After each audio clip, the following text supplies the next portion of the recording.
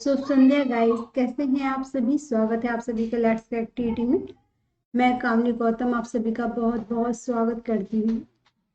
जैसा कि गाइस आप जानते हैं कि आपका सीटेट का एग्जाम भी दिसंबर माह की आरंभ में है, तो मैंने आप सभी के लिए आपकी रिवीजन के लिए एक सीटेट का प्रैक्टिस सेट लिया है।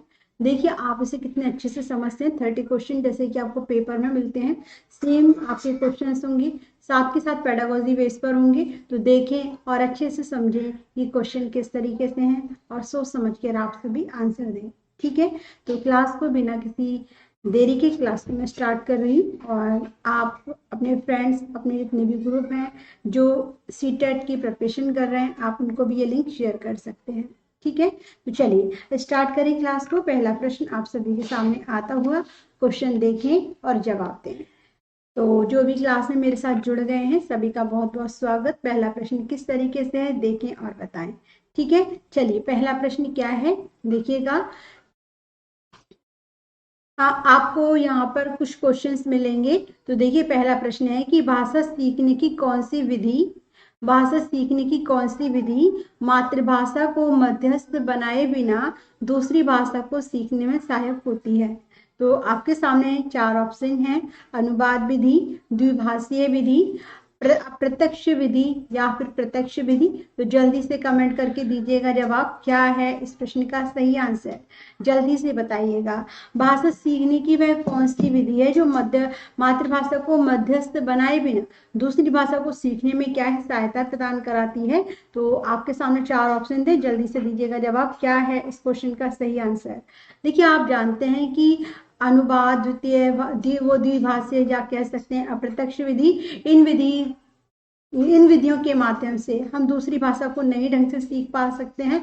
लेकिन आपकी जो प्रत्यक्ष विधि है उस विधि में क्या होता है कि आप प्रत्यक्ष रूप से उसके संपर्क में आके किसी भाषा को सीखते हैं। जैसे कि आपको द्विभाषीय दो भाषाओं को एक साथ रखा जाए तो आपको कहीं ना कहीं दोनों भाषा टकराव करती हैं, दोनों भाषा एक दूसरे के लिए रुकावट का कार्य करती हैं।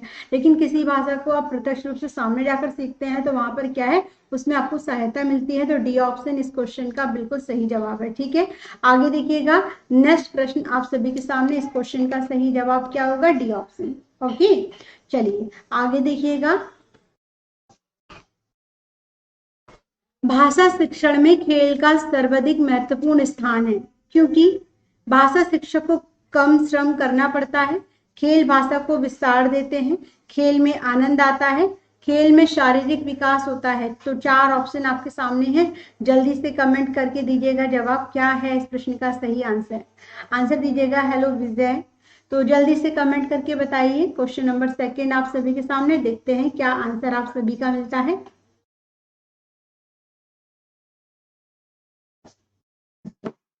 आंसर दीजिएगा। भाषा शिक्षण में खेल का सर्वाधिक महत्वपूर्ण स्थान क्यों है। भाई आपने देखा होगा यदि हम भाषा की बात करें तो खेल में भी भाषा का बहुत अधिक महत्वपूर्ण क्या होता है, भूमिका होती है। इसमें बच्चा अपनी मन की बातों को अच्छे से प्रेजेंट कर पाता है। तो यहाँ पर कौन सा आंसर सही है ये आपको बताना है। चलिए देखिए क्या आंसर है। तो देखिए भाषा शिक्षक को कम श्रम करना पड़ता है, गलत है। ऐसा नहीं कि भाषा शिक्षक को अपनी अपनी मतलब सब्जेक्ट में कम श्रम करना पड़ता हो। दूसरा, खेल भाषा को विस्तार देते हैं, बिल्कुल सत्य बात है। यदि आप किसी लैंग्वेज को सीखते हैं तो खेल क्या है, आप उस भाषा को भी समझेंगे। जैसे इंडिया की टीम यदि बाहर जाती है तो वहाँ के लोग इंडिया की भाषा को समझने के लिए कहीं ना कहीं वो सीखते भी हैं और सीख भी लेते हैं। और हमारे इंडिया के लोग भी, हमारे जो इंडिया के क्रिकेटर हैं वो भी अन्य भाषा को अच्छे से समझते। तो जो खेल होते हैं, खेल के माध्यम से भाषा का विस्तार होता है, एक जगह से दूसरी जगह, दूसरे देश से दूसरी जगह, इस तरीके का। तो इस प्रश्न का आंसर क्या होगा, बी आंसर। ठीक है, आगे देखिए नेक्स्ट प्रश्न आप सभी के सामने, क्वेश्चन नंबर 4, जल्दी से देखिए। क्वेश्चन नंबर 3, पाठ के अंत में अभ्यास और गतिविधियों का उद्देश्य नहीं है, क्या नहीं है ये आपको बताना है। तो भाषा का विस्तार करना, सृजनात्मकता का विकास करना, बच्चों को अभिव्यक्ति के अवसर प्रदान कराना, या प्रश्नों के उत्तर सरलता से याद कराना। तो जल्दी से कमेंट करके बताइएगा पाठ के अंत में अभ्यास और गतिविधियों का उद्देश्य क्या नहीं है। आप जानते हैं कि जब अध्यापक एक पाठ को पढ़ाते हैं तो उसके बाद में अभ्यास करने के लिए और गतिविधि करने के लिए कहते हैं। तो उसका उद्देश्य क्या नहीं ये आपको बताना है। तो जल्दी से कमेंट करें और दें जवाब, आंसर दीजिएगा। तो डी आंसर मुझे मिला है कि प्रश्नों के उत्तर सरलता से याद करवाना। आप सभी जानते हैं कि जो आपकी भाई बाल केंद्रित शिक्षा में किसी को बर्डन में डालना, किसी को जबरदस्ती याद दिलाना, याद कराने के लिए क्या है, बल नहीं दिया जाता है। तो प्रश्नों के उत्तर सरलता से याद करवाना ये एक गलत उद्देश्य है। बच्चों की अभिव्यक्ति कराइए, अवसर प्रदान कराइए, भाषा का विस्तार होना चाहिए, सृजनात्मकता का विकास होना चाहिए। तो डी आंसर क्या हो जाएगा, बिल्कुल सही जवाब होगा और एकदम अच्छे से मिला है आपका आंसर। आगे देखिए नेक्स्ट, पठन पाठन के अंत में ऐसे अभ्यास एवं गतिविधियां हो जो ए भाषा सरल भाषा वाले हो, बी बच्चों को स्वयं कुछ करने और सीखने का अवसर प्रदान कराए, सी पाठ के केवल पाठ से ही संबंधित हो, या डी पाठ पर बिल्कुल आधारित ना हो। तो जल्दी से कमेंट करके दीजिएगा क्वेश्चन नंबर 4 का आंसर। क्वेश्चन नंबर 4 आप सभी के सामने है, जल्दी से बताएं क्या होगा इसका आंसर। भाई पठन पाठन के अंत में ऐसे अभ्यास या गतिविधियां हो जो, तो क्या होना चाहिए, आप सभी जानते हैं कि बच्चों को स्वयं कुछ करने और सीखने के अवसर दिलाए। तो बी आंसर आपने दिया ही है, एकदम सही जवाब है। आगे देखिएगा नेक्स्ट, भाषा शिक्षण में बालक में भाषा शिक्षण में बालक में मौखिक कौशल के विकास के लिए फर्स्ट, देखिए यहाँ से क्वेश्चन को थोड़ा सा नीचे लिया है, टाइपिंग में मिस्टेक हुआ है। भाषा शिक्षण में बालक में मौखिक कौशल के विकास के लिए सबसे कम महत्वपूर्ण है। तो क्वेश्चन आपका यहाँ तक है, किसी विषय पर चर्चा करना, बच्चों की बात को धैर्य से सुनना, प्रश्नों के उत्तर पूछना, या फिर अपनी बात कहने का पूरा मौका देना। तो कौन सा है जो भाषा विकास के लिए बिल्कुल कम महत्वपूर्ण होगा। तो आंसर दीजिएगा। हेलो नमस्कार संजय जी, जल्दी से कमेंट करें कि भाषा शिक्षण में बालक में मौखिक कौशल के विकास के लिए सबसे कम महत्वपूर्ण है क्या। तो first, second, third, fourth, 4 option जल्दी से बताइए, जवाब दीजिएगा। तो देखिए आप सभी जानते हैं कि किसी भी टॉपिक पे चर्चा करने से क्या होता है, बच्चे की भाषा का भी विकास होता है। ठीक है, बच्चों की बात को धैर्य पूर्वक सुनना भी बहुत जरूरी है और उनकी बात को पूरा मौका भी देना चाहिए बात कहने का, लेकिन प्रश्नों के उत्तर देना ये मौखिक कौशल के विकास के लिए सबसे कम महत्वपूर्ण माना जाता है। ठीक है, हेलो वर्षा, चलिए बहुत बढ़िया, एकदम सही जवाब दिया है। भाषा सीखने में मातृभाषा का व्याघात, तो ये क्वेश्चन कई बार आपके एग्जाम में आया भी है और मैंने आपको काफी अच्छे से समझाया भी है। तो देखिए बताइएगा, आंशिक रूप से होता है, पूर्ण रूप से होता है, नहीं होता है, या फिर होता है। तो जल्दी से कमेंट करके दीजिएगा क्या होगा इसका जवाब। Answer please.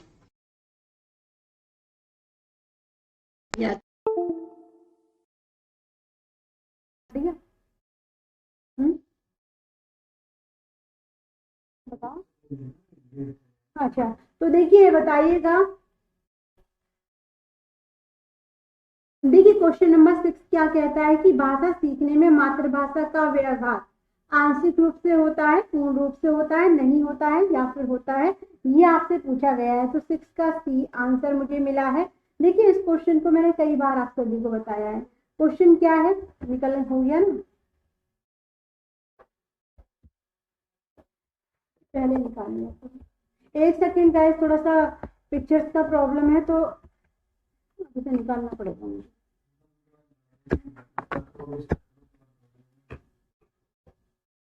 संजय और पहले 120 कर लो, की फुल टैप दबाओ, चलो पीपीटी दबाओ।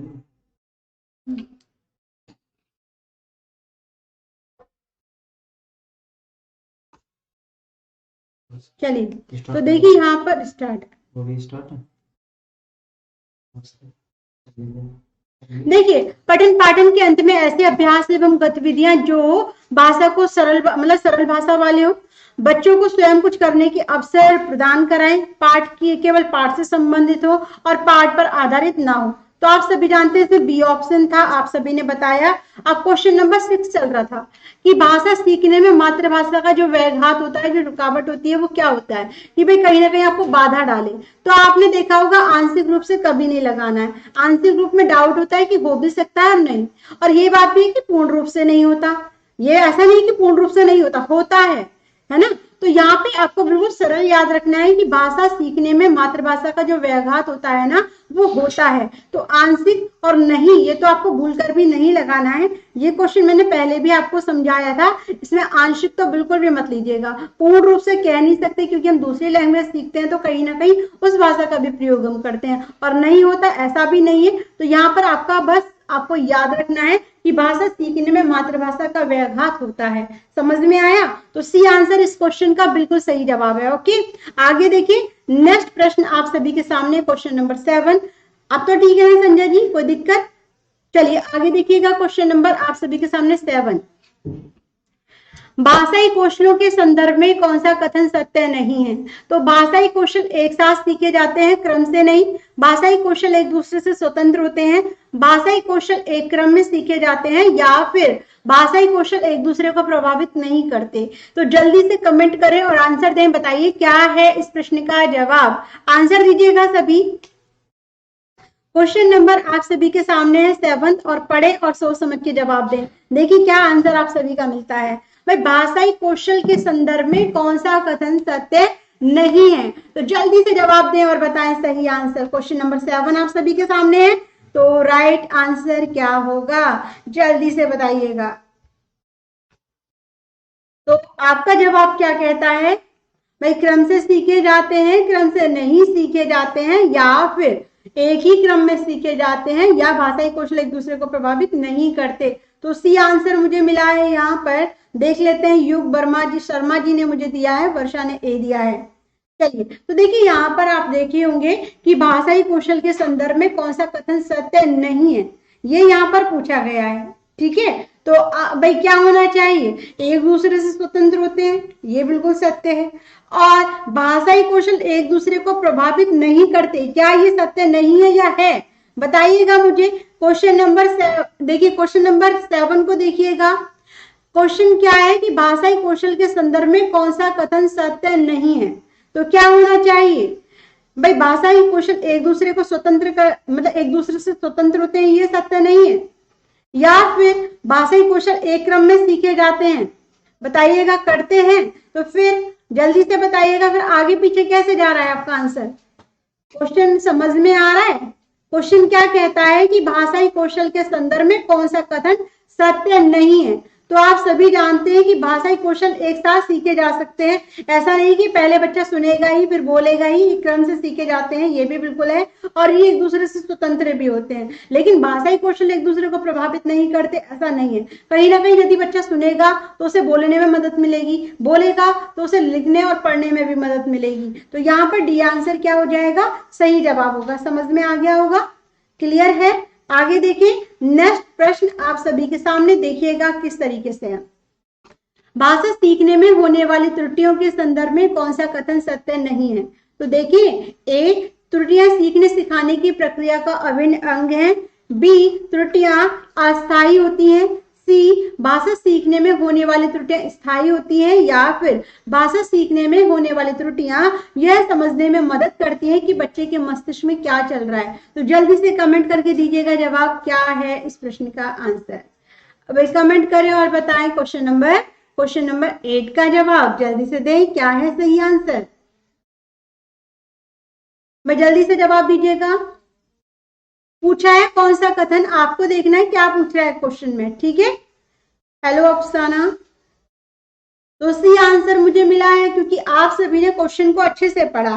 भाषा सीखने में होने वाली त्रुटियों के संदर्भ में कौन सा कथन सत्य नहीं है?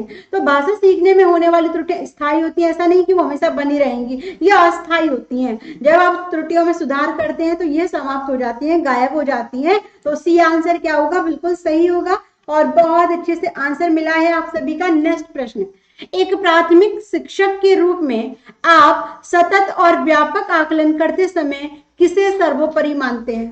तो देखें, कठिन शब्दों का श्रुत लेखन, बी लिखित प्रश्न पत्र, सी पाठ से देखकर सुलेख लिखना, या डी बच्चों द्वारा विभिन्न संदर्भों में भाषा प्रयोग की क्षमता। तो जल्दी से कमेंट करें और बताएं क्वेश्चन नंबर 9 का जवाब। जल्दी से आंसर दीजिएगा। मैं जवाब दीजिएगा क्वेश्चन नंबर 9 में क्या होना चाहिए। एक प्राथमिक शिक्षक के रूप में आप सतत और व्यापक आकलन करते समय किसे सर्वोपरि मानेंगे, ये आपसे पूछा गया है। तो या कठिन शब्दों का श्रुत लेखन कराओगे, यानी कि जो कठिन शब्द है बच्चे सुनेंगे और लिखेंगे, या लिखित प्रश्न पत्र को उचित मानेंगे, या पाठ से देखकर सुलेख लिखने के लिए कहेंगे, या फिर बच्चों द्वारा विभिन्न संदर्भों में भाषा प्रयोग की क्षमता पर बल देंगे। तो आप सभी जानते हैं कि डी ऑप्शन क्या हो जाएगा, डी आंसर इस क्वेश्चन का बिल्कुल सही जवाब है। बहुत बढ़िया दीक्षा, वर्षा, सभी ने अच्छे से दिया है जवाब। तो डी ऑप्शन को क्या किया जाता है, लॉक किया जाता है। आगे देखिएगा नेक्स्ट, प्राथमिक स्तर पर बच्चों की पठन क्षमता का आकलन करने में किस प्रकार की सामग्री सर्वाधिक महत्वपूर्ण है। फर्स्ट, आतंकवाद पर आधारित निबंध, बाल साहित्य की कोई संवादात्मक कहानी, पाठ्य पुस्तक, या औपचारिक प्रश्न। तो जल्दी से कमेंट करके दीजिएगा क्या होगा इस प्रश्न का जवाब। प्राथमिक स्तर पूछा है कि प्राथमिक स्तर पर बच्चों की पठन क्षमता का आकलन करने में किस प्रकार की सामग्री सर्वाधिक महत्वपूर्ण होती है। मेरे को जाओ तो दवा ले लो। चलिए तो जल्दी से दीजिएगा जवाब, देखते हैं क्या मिलता है इस प्रश्न का आंसर। तो आप सभी जानते हैं छोटे बच्चे हैं भाई, तो बच्चों की पठन क्षमता का आकलन करने में कौन सी बाल साहित्य की जो कहानियां होती हैं वो सर्वोपरि मानी जाती हैं। तो बी आंसर बिल्कुल करेक्ट है। बहुत बढ़िया जवाब जिन्होंने भी दिया है, बी ऑप्शन। ओके, आगे देखिएगा नेक्स्ट क्वेश्चन, पहली और दूसरी कक्षा में भाषा शिक्षण के साथ ही साथ, भाई पहली और दूसरी कक्षा में भाषा शिक्षण के साथ ही कला शिक्षा को समेकित यानी कि शामिल करने का उद्देश्य नहीं है क्या। फर्स्ट, चित्रों के माध्यम से अभिव्यक्ति का विकास, बी, बच्चों द्वारा आनंद की प्राप्ति, सी, बच्चों के लेखन में परिपक्वता, डी, बच्चों की रचनात्मकता का विकास। तो जल्दी से कमेंट करें और बताएं इस प्रश्न का जवाब, आंसर दीजिएगा। क्वेश्चन नंबर आप सभी के सामने है भाई, कौन सा, 11। तो जल्दी से बताएं। चलिए तो यहां पर देखिए 11 का बी आंसर मुझे मिला है। अरे वाह, क्या आंसर ढूंढा है आपने संजय जी, बाकी सभी। चलिए देखिए भाई, पहली और दूसरी कक्षा की बात की जा रही है ना।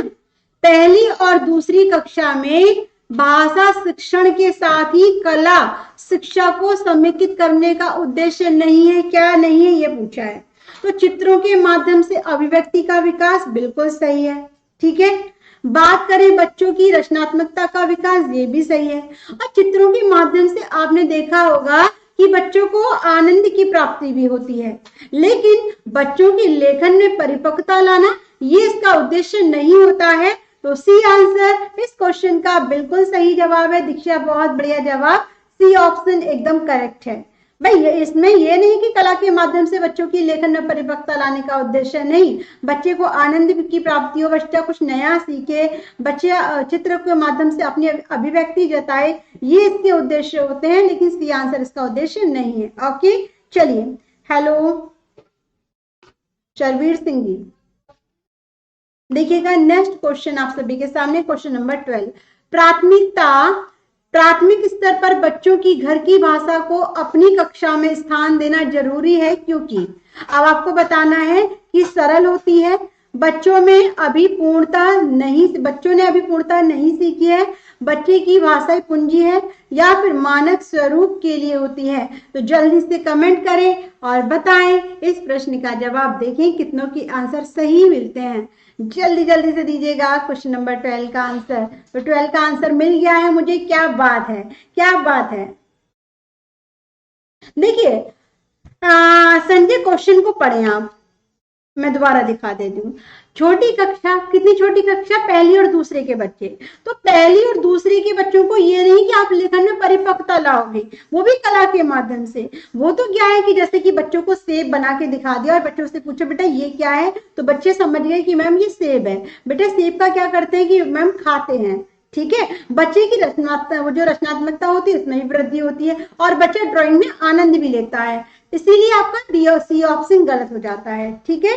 क्वेश्चन नंबर 12 को देख लीजिएगा, प्राथमिकता स्तर पर बच्चों की घर की भाषा को अपनी कक्षा में स्थान देना जरूरी है, क्योंकि बच्चे की भाषाई पूंजी होती है, यानी कि बच्चे जो होते हैं अपनी भाषा से लैस होते हैं, बच्चा अपनी मातृभाषा को जानता है। इसीलिए आपका सी ऑप्शन क्या हो जाएगा, बिल्कुल सही जवाब होगा। बहुत बढ़िया जवाब, सभी ने सी आंसर दिया है। कोई दिक्कत है तो कमेंट करके पूछें आप, ठीक है। क्वेश्चन नंबर 13 देखिए, भाषा सीखने सिखाने के संदर्भ में गृह कार्य का उद्देश्य होता है सीखने को विस्तार देना, अभिभावकों को प्रसन्न करना, बच्चों को कार्य में व्यस्त रखना या कॉपियां भरवाना। तो जल्दी से कमेंट करके दीजिएगा क्या है भाषा सीखने सिखाने के संदर्भ में गृह कार्य का उद्देश्य। तो क्या होगा आप सभी का जवाब, कमेंट के जरिए बताइए, आंसर दीजिएगा। बहुत बढ़िया, सरसबीर। तो यहाँ पर सीसी आंसर आपने दिया है, ए आंसर भी मुझे मिला है। आप जानते हैं कि भाषा सीखने सिखाने के संदर्भ में क्या होता है कि जो भी बच्चा क्लास में याद करता है उसे गृह कार्य के रूप में उस भाषा यानी कि उस भाषा को सीखने का विस्तार यानी कि उसको और अच्छे से समझ कर आता है, यानी कि भाषा का विस्तार इसमें होता है। तो ए आंसर एकदम करेक्ट आप सभी ने बताया, बहुत बढ़िया जवाब सभी का। नेक्स्ट प्रश्न देखिए, भाषा अर्जन के संबंध में कौन सा कथन सत्य है। भाषा सीखना एक उद्देश्य होता है, समाज सांस्कृतिक परिवेश के अनुसार अर्थ ग्रहण करने की प्रक्रिया स्वाभाविक होती है, भाषा अर्जन में बच्चे को बहुत अधिक प्रयास करना पड़ता है, या फिर भाषा अर्जन में किसी अन्य भाषा का व्याघात होता है। तो जल्दी से कमेंट करके बताइएगा क्या है इस प्रश्न का जवाब। कमेंट करें और बताएं सही आंसर। देखते हैं कितनों के आंसर सही मिलते हैं मुझे, कमेंट प्लीज। क्वेश्चन नंबर आप सभी के सामने है 14 और इसका जवाब क्या होगा जल्दी से बताइएगा। देखते हैं भाई राइट आंसर क्या होना चाहिए। भाषा अर्जन के संबंध में कौन सा कथन सत्य है ये आपसे पूछा गया है। तो यहाँ पर देखिए मुझे ए आंसर भी मिला है दीक्षा जी की तरफ से, बी आंसर भी मुझे मिला है। अब सही जवाब क्या होगा ये आप सभी को पता होना चाहिए। सही आंसर क्या होना चाहिए भाई। तो देखिए सही आंसर की बात करें, सही आंसर की बात करें तो जिन्होंने भी दिया है क्या, जिन्होंने भी दिया है ना क्वेश्चन का ऑप्शन यानी कि बी ऑप्शन कि भाषा सीखना एक उद्देश्य होता है, ए यानी ए ऑप्शन डालो।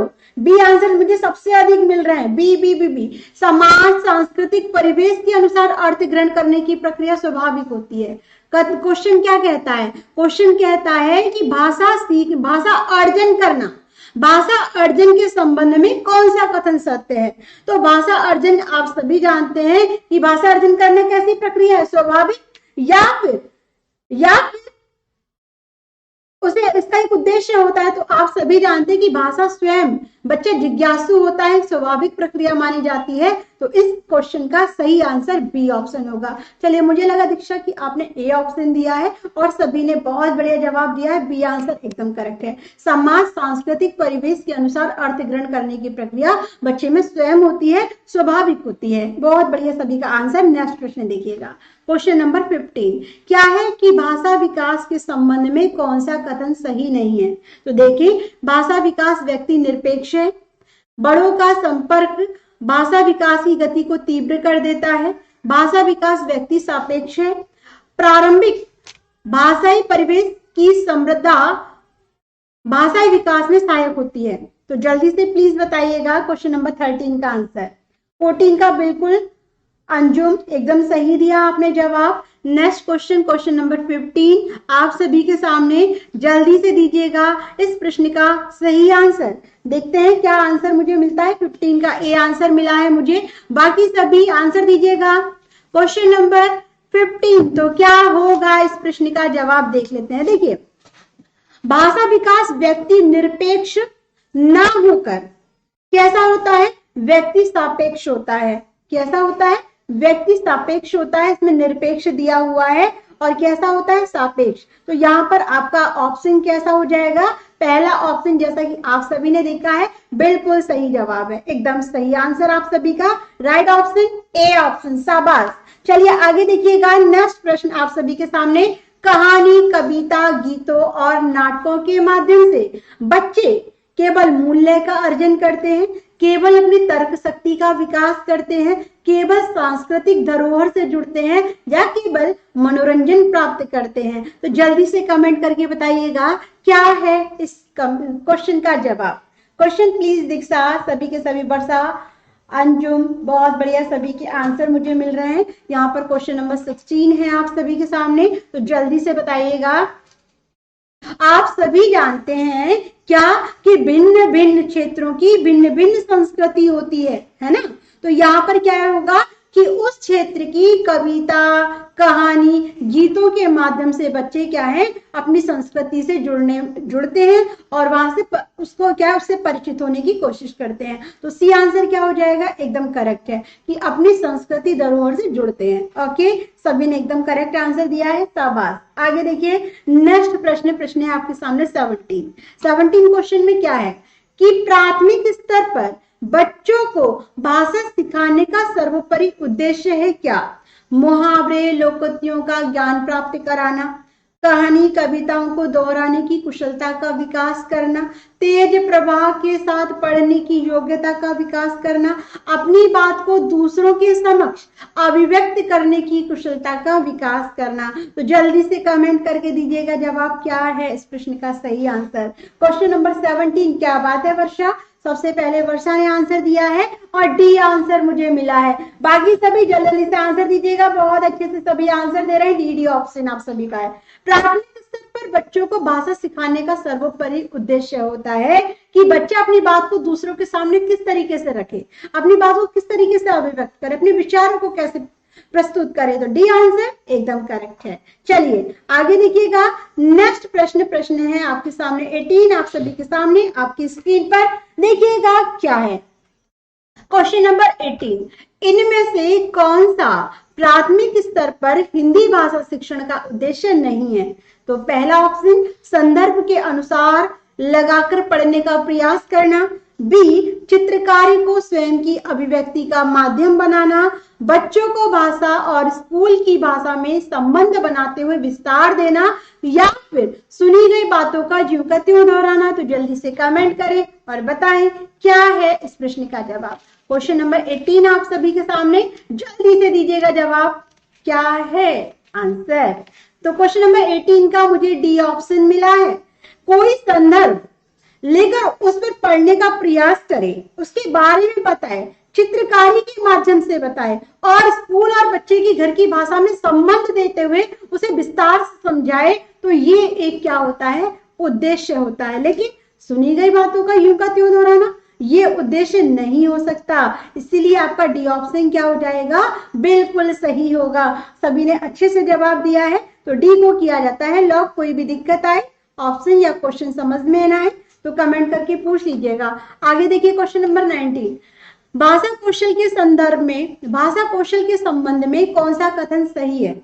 तो भाषा के कौशल अंतः संबंधित होते हैं, बी, भाषा के सभी कौशलों को नए सिरे से सिखाने की आवश्यकता होती है, भाषा कौशल एक दूसरे से स्वतंत्र होते हैं, या फिर भाषा के चारों कौशल एक क्रम से सीखे जाते हैं। तो जल्दी से दीजिएगा जवाब क्या है इस प्रश्न का आंसर।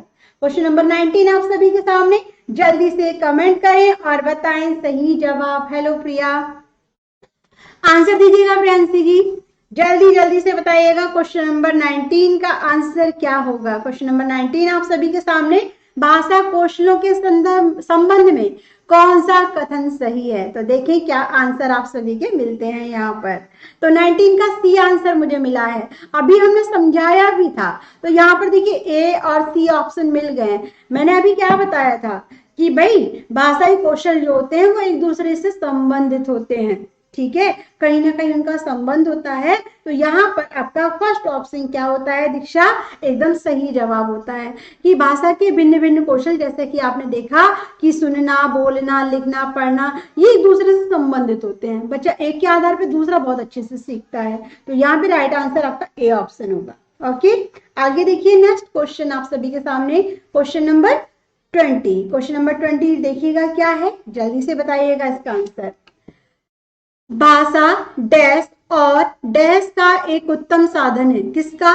सुनना, बोलना, सोचना, पढ़ना लिखना संप्रेषण, सोचना महसूस करना चित्रों से जुड़ना, या पढ़ना लिखना समझना। तो जल्दी से बताइएगा 20 का क्या होना चाहिए आंसर, जल्दी से कमेंट करें और बताएं सही सही जवाब। क्वेश्चन नंबर 20 आप सभी के सामने, जल्दी से कमेंट करके दीजिएगा आंसर। भाई आंसर दीजिएगा, कोई भी दिक्कत आए तो तुरंत पूछिए।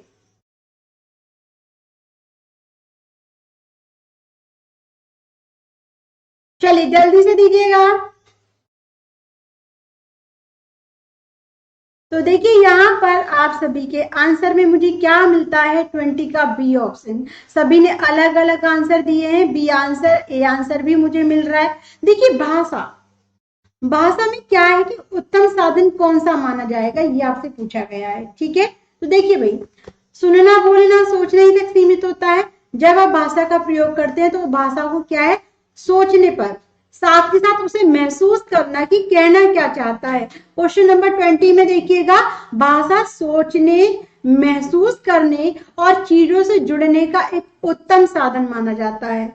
तो सुनना बोलना सोचना नहीं होगा, सोचना भी, हम किसी की भाषा जब कहते हैं ना कि कोई भाई बहुत ज्यादा परेशान होता है तो उसके दर्द को हम फील करते हैं। जैसे ही कल आपके साथ हुआ, टेट का एग्जाम नहीं हो पाया तो आप बहुत परेशान थे, तो आपका दुख का अनुभव हम कर सकते हैं। तो आप अपनी बातों में अपनी बात, अपनी यानी कि अपनी लैंग्वेज में अपनी बात को जाहिर करें तो हम आपके दुख को, आपकी बातों को समझना। तो सोचना, महसूस करना और इन चीजों से जुड़ना, इसका एक उत्तम साधन है। तो सी आंसर बिल्कुल सही जवाब होगा। ठीक है, ए आंसर वालों बता दीजिएगा कोई डाउट लगे तो। ओके, चलिए आगे देखिएगा। नेक्स्ट, भाषा सीखने का व्यवहारवादी दृष्टिकोण डैश पर बल देता है, किस पर, ये आपको बताना है।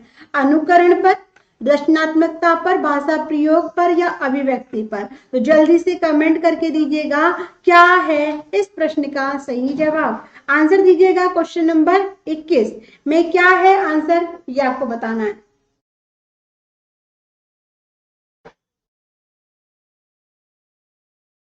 भाई जल्दी से दीजिएगा, 21 का आंसर मुझे मिला है सी ऑप्शन, भाषा सीखने का व्यवहारवादी दृष्टिकोण किस पर बल देता है, जल्दी से दीजिएगा जवाब। तो सी आंसर आप सभी ने दिए हैं मुझे, और सी आंसर को क्या माना जाता है, बी आंसर भी दिया है रचनात्मकता, और सी आंसर भी मुझे मिला है कि भाषा का प्रयोग। देखिए व्यवहारवादी में क्या होता है कि जिस वाद में हम अपने व्यवहार को प्रस्तुत करें, अपनी सोच को रखें, अपने, डी आंसर भी मुझे मिल गया है अभिव्यक्ति। तो भाषा सीखने का व्यवहारवादी दृष्टिकोण जो होता है वो किस पर बल देता है, वो बल देता है भाषा प्रयोग पर, कि आप अपनी भाषा को किस तरीके से रख पाते हैं, उसका प्रयोग किस तरीके से कर पाते हैं। तो जिन्होंने भी दिया है सी आंसर एकदम करेक्ट है। क्वेश्चन नंबर 21 का अभिव्यक्ति तो हम करते हैं, अभिव्यक्ति देखिए मौखिक रूप से की जाती है संजय जी। भाषा सीखने का माध्यम आपका मौखिक भी हो सकता है और लिखित भी हो सकता है। ठीक है, तो आप अपनी भाषा का प्रयोग किस तरीके से करते हो, मौखिक अभिव्यक्ति में कैसे करते हो, लेखन अभिव्यक्ति में कैसे करते हो, प्रयोग के आधार पर देखी जाती है। तो सी आंसर आपका सही जवाब है। ठीक है, समझ में आ गया। आगे देखिएगा, नेक्स्ट लिखना। अब लिखना आपको बताना है क्या है, एक बेहद जटिल प्रक्रिया।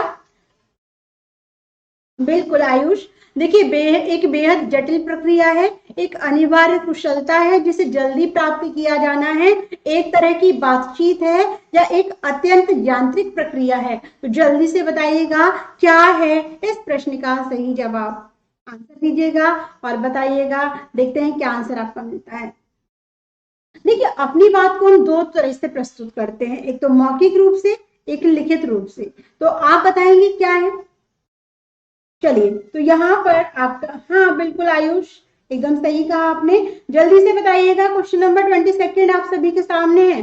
तो सी, जैसे कि हम मौखिक अभिव्यक्ति के द्वारा अपने विचारों को दूसरों के सामने रखते हैं, वैसा ही लेखन रूप में भी होता है। तो ये एक तरह की बातचीत होती है, इसीलिए आपका सी ऑप्शन क्या होता है, एकदम सही जवाब होता है। ठीक है, तो सी एकदम करेक्ट आंसर है। आगे देखिएगा, नेक्स्ट प्रश्न आप सभी के सामने क्या है। कक्षा 8 के बच्चे अपने डैश एवं से प्राप्त बोलचाल की भाषा के अनुभवों को लेकर ही विद्यालय आते हैं। क्या घर परिवार पड़ोसी, घर परिवार परिवेश, घर परिवार दोस्त, घर परिवार टीवी। तो जल्दी से कमेंट करके बताइएगा 23 में क्या होगा आंसर, और जल्दी से बताइएगा। देखते हैं क्या आंसर आप सभी का मिलता है। आपने देखा है ना कि बच्चे बोलचाल की भाषा और अनुभवों को लेकर विद्यालय आते हैं, कौन सी भाषा को लेकर ये आपको बताना है। 23 का बी ऑप्शन मुझे मिला है, वर्षा। क्या बात है,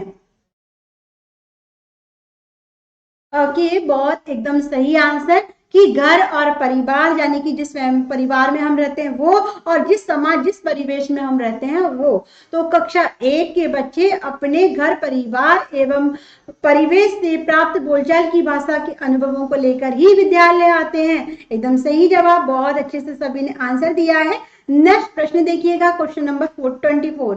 कक्षा 1 और 2, कक्षा 1 और 2 के शुरुआती समय में पढ़ने का प्रारंभ डैश से हो और किसी डैश के लिए हो। तो देखें क्या है आपका आंसर, अर्थ, उद्देश्य, अक्षर ज्ञान, मनोरंजन, शब्द पहचान, मूल्यांकन, अक्षर ज्ञान और उद्देश्य। तो जल्दी से कमेंट करके दीजिएगा जवाब क्या है इस प्रश्न का सही आंसर।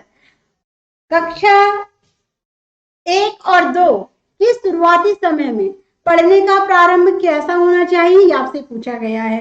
तो जल्दी से बता दीजिएगा 24 का डी, अच्छा अक्षर उद्ज्ञान। चलिए बाकी और सभी जल्दी से बताइएगा। बी ऑप्शन मुझे मिला है, बी आंसर। देखते हैं सही आंसर क्या होना चाहिए, बी। चलिए और भाई बी आंसर और डी आंसर मुझे सबसे अधिक मिले हैं। देखें कोई और है जो आंसर देंगे। बात क्या की जा रही है, कक्षा 1 और 2 की शुरुआती समय में पढ़ने का प्रारंभ जो होता है से हो और किसी के लिए हो। तो देखिए जब हम बच्चे को क्या है, बच्चे के सामने मान लीजिए हिंदी की बात करें, तो बच्चे के सामने जैसे हम क्या है, बच्चे को क्या पढ़ा रहे हैं, वर्णमाला पढ़ा रहे हैं, ठीक है। तो बच्चे से हम क्या बोलेंगे कि बेटा अ से अनार होता है और अ से अमरूद भी होता है, ठीक है। अ से क्या है, जो ऐसे कई, यानी कि अर्थ निकाल कर बताएंगे, ठीक है। दूसरा कि आगे वो किस ओर चलता है, अक्षर ज्ञान तक ही सीमित नहीं होता प्रारंभिक समय, उसके अलावा भी अर्थ के साथ साथ उसका उद्देश्य भी होना चाहिए। तो आपका ए ऑप्शन एकदम सही और बिल्कुल सही जवाब है। अक्षर ज्ञान तक सीमित नहीं रहता भाई, जो भविष्य निर्माण के लिए कक्षा 1 और कक्षा 2 की जो कक्षाएं होती हैं वो बहुत ही महत्वपूर्ण होती हैं। तो उनको साथ ही साथ उद्देश्य और अर्थ दोनों के आधार पर ही बच्चों को समझाया जाता है। इसलिए अक्षर ज्ञान के अलावा उसका अर्थ भी होना चाहिए, साथ ही साथ उसका उद्देश्य भी होना चाहिए। इसीलिए आपका ए ऑप्शन बिल्कुल करेक्ट है, ठीक है। आप बताइएगा किसी को कोई भी प्रॉब्लम या लग रहा है कि गलत है तो मुझे बता दें। आगे देखिएगा 25। वाइगोत्स्की के विचारों पर आधारित कक्षा में डैश पर सबसे अधिक बल दिया जाता है, किस पर, कविता दोहराने पर, कहानी सुनने पर, कार्य पत्रों पर या परस्पर अंतःक्रिया पर। तो जल्दी से दीजिए इस प्रश्न का जवाब। हाँ, ए आंसर किसी ने भी नहीं दिया, कोई बात नहीं, अब आप अच्छे से समझ गए होंगे, ये बहुत जरूरी था। अब आपको बताना है कि वाइगोत्स्की के विचारों पर आधारित कक्षा में सबसे अधिक बल दिया जाता है किस पर। तो बहुत इजी है, आसानी से आप बता सकते हैं, बहुत बढ़िया जवाब डी ऑप्शन। बस सभी को पता है वाइगोत्स्की जो परस्पर अंतःक्रिया होती है उस पर बहुत अधिक बल देते हैं, ठीक है। एकदम करेक्ट आंसर मिला है सभी का। आगे देखिएगा नेक्स्ट क्वेश्चन आप सभी का, क्वेश्चन नंबर 26। हमारी कक्षाओं में बच्चे भिन्न भिन्न भाषिक पृष्ठभूमि से आते हैं, अतः उनकी भाषाओं को भी कक्षा में सम्मान देना चाहिए। उनकी है ये, ठीक है। चलिए दूसरा है कि उनकी भाषाओं को सीखना सभी शिक्षार्थियों के लिए आवश्यक है। भाषा की पाठ्यपुस्तक में उनकी सभी भाषाओं के शब्द वाक्य अनिवार्य होने चाहिए, या फिर उनकी सभी भाषाओं की जानकारी शिक्षक के लिए अनिवार्य है। तो जल्दी से कमेंट करें और बताएं इस प्रश्न का सही जवाब। आंसर दीजिएगा सभी। चलिए क्वेश्चन नंबर 26 आप सभी के सामने है, जल्दी से दीजिएगा जवाब। तो आप सभी जानते हैं कि भिन्न भिन्न भाषिक पृष्ठभूमि से आते हैं, तो सभी की भाषा का क्या है, सम्मान करना चाहिए। एकदम सही जवाब दिया है सभी ने, 26 का ए ऑप्शन बिल्कुल करेक्ट है, शाबाश। चलिए आगे देखिएगा, 4 क्वेश्चन और बचे हैं, 30 क्वेश्चन है आज की क्लास में। इनमें से प्राथमिक स्तर का भाषा आकलन का सर्वाधिक उचित तरीका है क्या? किसी पाठ की 5 पंक्तियां पढ़वाना, बच्चों को चित्र वर्णन और प्रश्न पूछने के अवसर देना, बच्चों से पत्र लिखवाना, या फिर बच्चों से प्रश्नों के उत्तर लिखवाना। तो जल्दी से कमेंट करके बताइएगा क्या है इस प्रश्न का जवाब। क्वेश्चन नंबर आप सभी के सामने है 27, जल्दी से कमेंट करें और बताएं सही आंसर। 27 का आंसर मिला है मुझे वर्षा जी की तरफ से सबसे पहले, और उन्होंने दिया है क्या? उन्होंने दिया है बी आंसर। भाई जल्दी से बताइएगा। चलिए देखिए बी आंसर मुझे मिला है दीक्षा जी की तरफ से भी।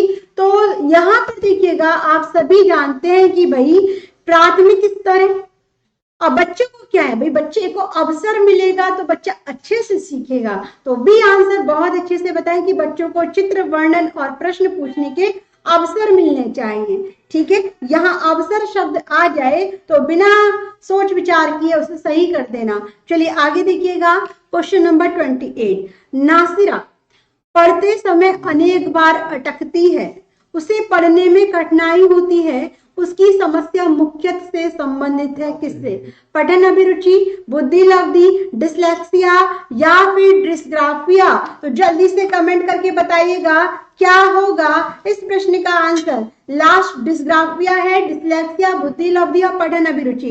तो क्या होगा 28 का जवाब, ये आप सभी को बताना है। भाई बताइए किसी समय में पढ़ते, मतलब किसी भी विषय में पढ़ते पढ़ते अटकना, तो क्या हो जाएगा उस टाइम? कौन से विकार से बच्चा पीड़ित है? तो सी आंसर मुझे मिल गया आप सभी का, सी आंसर, यानी कि डिसलेक्सिया। ये डिसलेक्सिया पठन विकार है, ठीक है, डिस्ग्राफिया लेखन विकार है। तो आगे देखिएगा क्वेश्चन नंबर 29 क्या है। क्वेश्चन नंबर 29, कौन सा प्रश्न बच्चों की भाषा क्षमता का सही आकलन करेगा? फर्स्ट, लड़की ने किसके दाम नहीं बताए। सेकंड, लड़की टोकरी में क्या बेच रही थी। सी, यदि तुम आम बेचोगे तो उसके दाम लोगे और क्यों। डी, आजकल आम का दाम कितना है। तो जल्दी से बताइएगा क्या होगा इस प्रश्न का सही आंसर। कौन सा प्रश्न बच्चों की भाषा क्षमता का सही आकलन करता है। तो A B C D 4 option दिए हैं, 4 में से वाक्य, एक वाक्य शुद्ध है, 3 अशुद्ध है। तो जल्दी से बताइए कौन सा वाक्य सही है, जल्दी से दीजिएगा जवाब। क्वेश्चन नंबर प्रियांशी जी का आया है सी ऑप्शन, बाकी सभी आंसर दीजिए। चलिए बहुत बढ़िया जवाब, यदि तुम आम बेचोगे तो उसके दाम लोगे और क्यों। तो एकदम करेक्ट है, से भाषा क्षमता का आकलन हो रहा है, एकदम करेक्ट आंसर बताया आप सभी ने, सी आंसर बिल्कुल सही है। चलिए बहुत बढ़िया। हेलो राकेश शर्मा जी, बहुत लेट हो गई हैं आप। आगे देखिएगा नेक्स्ट क्वेश्चन नंबर 30।